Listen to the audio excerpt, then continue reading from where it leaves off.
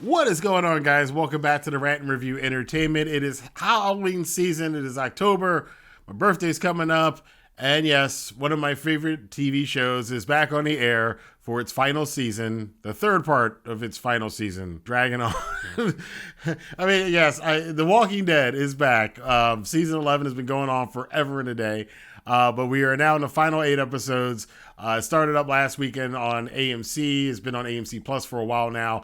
I will be reviewing episodes 1 and 2. What are we at now? 17 and 18. Episodes 17 and 18 of The Walking Dead Season 11. I will be doing a review of the next episode, which I just watched tonight. Subscribe to this channel, hit the subscribe button and the notification bell so you know when those videos go up and you can catch up with my Walking Dead reactions and reviews.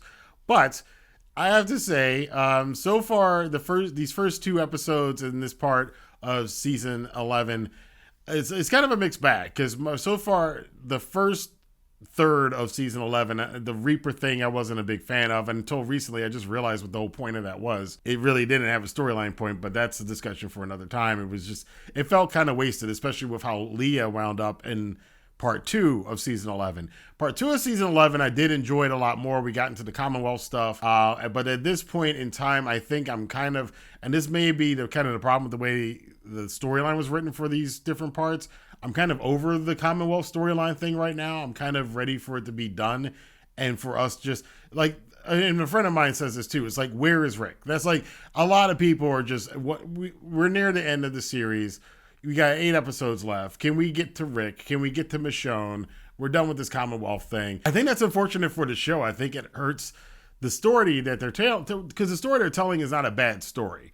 They're telling the story of the collapse of this system. Now, I will say, again, I always have to let me put the political alert up for a review again. We have to deal with politics again. Especially in episode 18, which definitely was, I mean, pretty much in your face. We are not advocating for the American capitalist free market system, but the weird thing is that, again, I said this in the reviews from last part of the season, the Commonwealth is not a capitalist system. The Commonwealth is it's more in line with Japan, if you want to think about the kind of system they have. Because in Japan, you do this when you go to university, you come out of university, you get interviewed, and then you're assigned a job, and that is the job you will have pretty much for the rest of your working life. And, you know, there's a whole thing about the lost generation and why that didn't work out and some of the issues Japan has had, but it has been successful for them in other ways. The Commonwealth is more like that, where it's not, it ends with a voiceover of somebody talking about the American dream being dead and stuff. Need to believe that the old American dream is still real, rise above our station. It's a friggin' joke. The reality is that the poor stay poor so that the rich can do whatever the hell we want. Douchebag kid going on his little rant, and which leads to really one of the more shocking things that happens in these first 2 episodes. I have to chuckle when people make these shows and they go on about how, there's no ascension, you can't go up, it's just an illusion. His mother picks the lottery. Sebastian was just letting loose all of the things that there's every conspiracy theorist, progressive or whatever, they like have these wet dreams that one day like Donald Trump Jr. is going to spill the beans like this and he confirm all the things that we thought about the system. It was that kind of thing, which I always have to laugh at with these shows, because if you ever watch interviews with some of the staff and the crew and the actors on these shows, they all talk about how, I used to be poor, we used to live in this house and we used to live in a trailer, and now I'm making all this money doing The Walking Dead. And I'm like, and you're making a show talking whatever. I'm not going to get too far into the political thing. It's just, when I see left-wing and right-wing politics in shows, it just drives me, because 9 times out of 10, they contradict each other. True, these days you don't see a lot of right-wing propaganda in shows, but back in the day, like if you look at some old 80s TV shows and some old 80s movies, it's in there, so like in your face, and you're just like, now it's like the other side, they're in your face with their propaganda and all your shows. You're just like, keep the preaching out of it. I don't go to church for a reason. I don't want to be preached to. The main crux of these first 2 episodes, the main thing is Sebastian and Hornsby getting caught, and Sebastian kind of really showing what a douchebag he is. And before things can go too wrong, they try to make a deal. Hornsby winds up getting the raw end of the stick, but he's got other plans. going on there. So as Sebastian's about to be cleared from all the crap that he did, Eugene, however, has a smart idea, and they figure out how they can finally expose this thing. And this is going on also with what Connie's doing, and a lot of and Ezekiel's involved with the protests and all this other stuff. We wind up with Eugene's girlfriend secretly recording Sebastian and goading him into kind of coming clean about how the Commonwealth really works and how it's all rigged, and that the Miltons are just hoarding power and keeping it away from the people and doing all these things. And again, it's allusions to Western culture in this one. So he spills the beans, and then she records it. And then during the speech where they're trying to prop up Sebastian as a hero because they had Hornsby take the fall for him and all the crazy stuff that had happened, it turns out that Eugene plays this tape over the loudspeakers while Sebastian's supposed to be giving his fake speech. And then Sebastian immediately knows it was Eugene's girlfriend that did it. He goes after her. And then while this is going on, Hornsby's people, the bald-headed dude from earlier and the girl that pretended to be Eugene's girlfriend at the beginning, they go and shoot and kill a bunch of people and leave them to turn to be walkers inside the Commonwealth.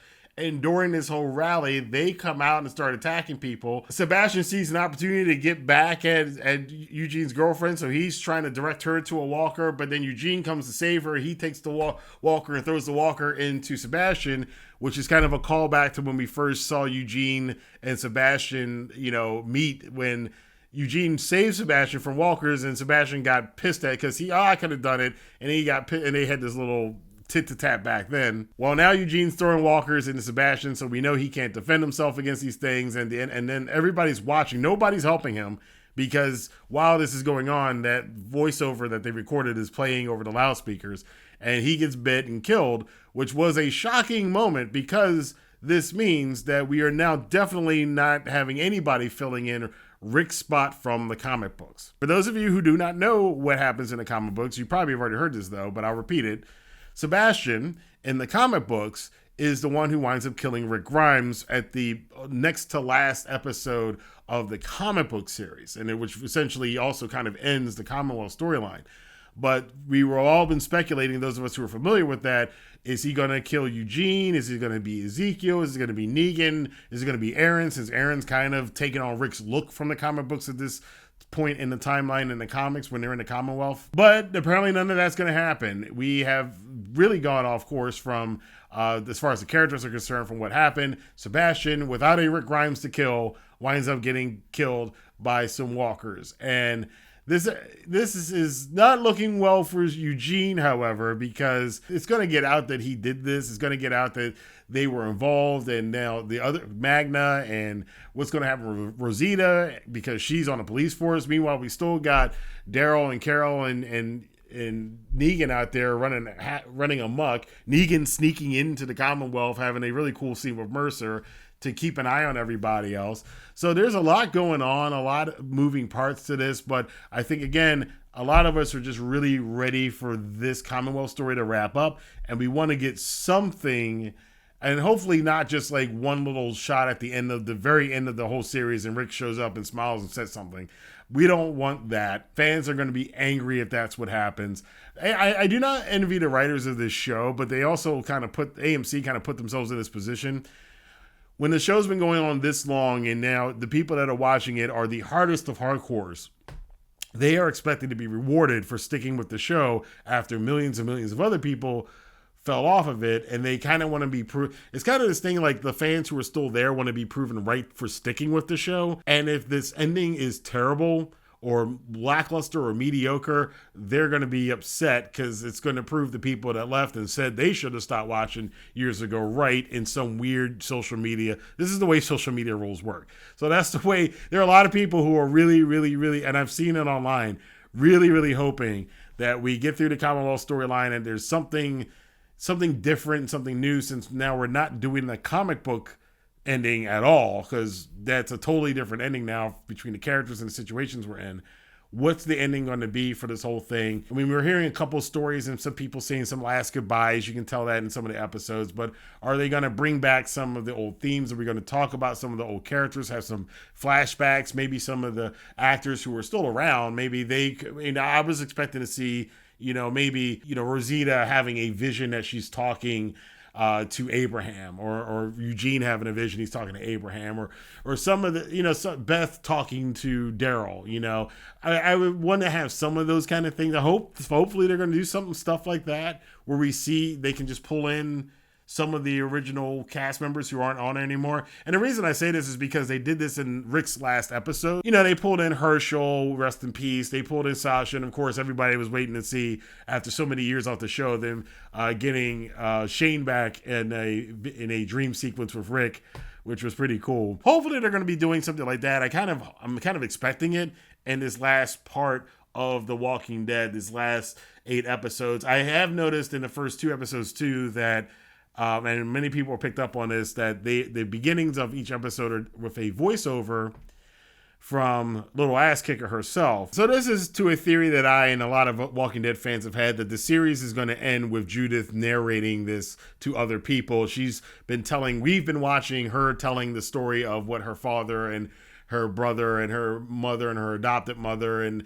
the whole story of the legacy around her family and what it has been, including her part in it, which started in season 9. They're going to have to kind of get a hold on some more of the nostalgia stuff and bring back some people, we need closure to the whole series if this is the last of the main series. And I think a lot of people don't want to have to watch another show to get closure to the whole series, because Fear the Walking Dead is still going to be around. We got a Rick and Michonne show coming up. We got a Negan and Maggie show coming up, and we got a Daryl show. There's 4 more Walking Dead shows that will be on the air after the main Walking Dead show is over. They're trying to turn this thing into like Star Trek, where there's always going to be a Star Trek show on. There's always going to be a Walking Dead show on. I don't know if that's going to work or not, but we'll see. But I want to know what you guys thought about these 2 episodes 17 and 18 of The Walking Dead season 11.